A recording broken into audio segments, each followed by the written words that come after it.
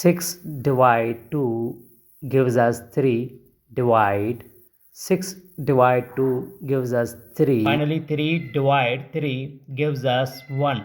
But this answer is not correct because according to order of operation, first we do parenthesis, then exponent, then multiplication or division, finally addition or subtraction.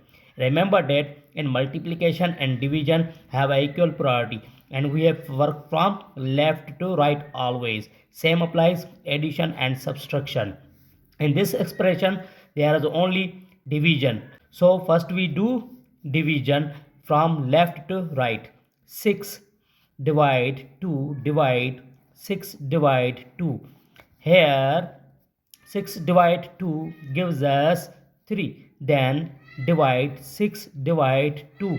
Now 3 divide 6, 3 upon 6 divide 2.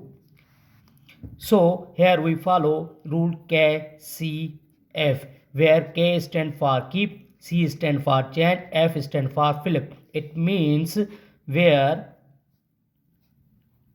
denominator is 1 and change into numerator, and numerator change position into denominator. Also division convert into multiplication.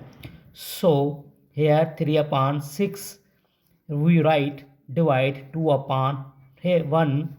So 3 upon 6 times 3 upon 6 times 1 upon 2.